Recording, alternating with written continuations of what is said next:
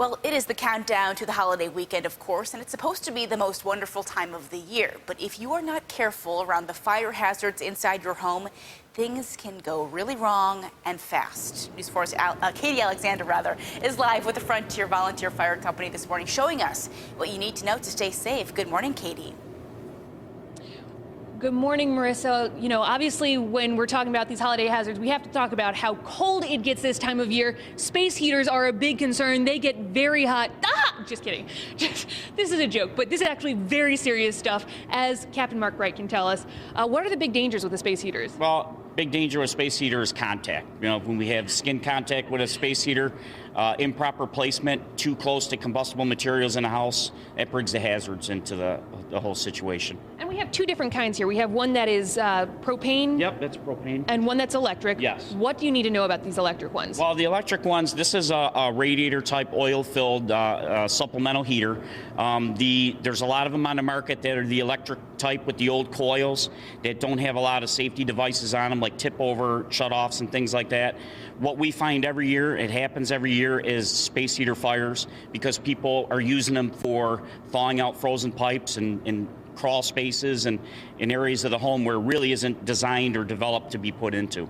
And these are designed and developed to be plugged in a certain way. What do people need to know? Right. Well, the electric ones should be plugged directly into a wall outlet. If you use a power strip or anything like that, the amperage that the resistant heaters draw is too much for the power outlet, especially if you have other things plugged into it. And you could see by this one here, one of our demonstration power strips, that you could see by the ports here that they're charred up, and this was a very close call. So it did trip. It's designed to do that, but you could see that at that time that it had singed and melted just about 5 of the inlets for the cord. So how do you avoid this? I mean, we've been talking how quickly things like the Christmas trees can go up in flames, about 30 seconds from the spark that we saw to when it's basically gone. What do you need to know to make sure that your family stays safe around these? Number one is put it in a visible place where you could see it. 2, check it.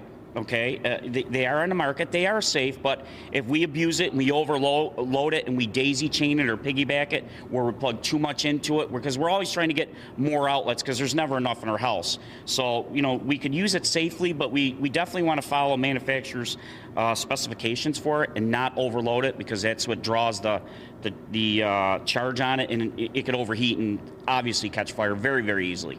A big advice with so many things we've been talking about this morning is keep an eye on everything you have, whether it is your lights that could spark, your surge protectors here, especially these space heaters. You want to make sure that you're keeping an eye on them. Don't leave them unattended.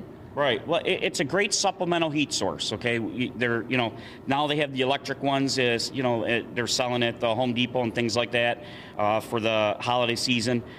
This being a propane fueled heater, you know, you have to use special precaution for it. It is stated that it's an indoor use, but you know, you have to really use high caution when it comes to using any type of fuel source heater in your house. Especially for the contact of it and putting it too close to things. That's where we find more fires happen, is just improper placement of it. They put it too close to a combustible material, curtains, your Christmas tree, things like that, and you know, it catches fire. Certainly some very important advice this morning. Our huge thank you to Frontier Volunteer Fire Company for having us out here, showing us firsthand just how hazardous some of these holiday decorations can be. We're wishing all of you a very safe and happy holidays. Reporting live, Katie Alexander, News 4.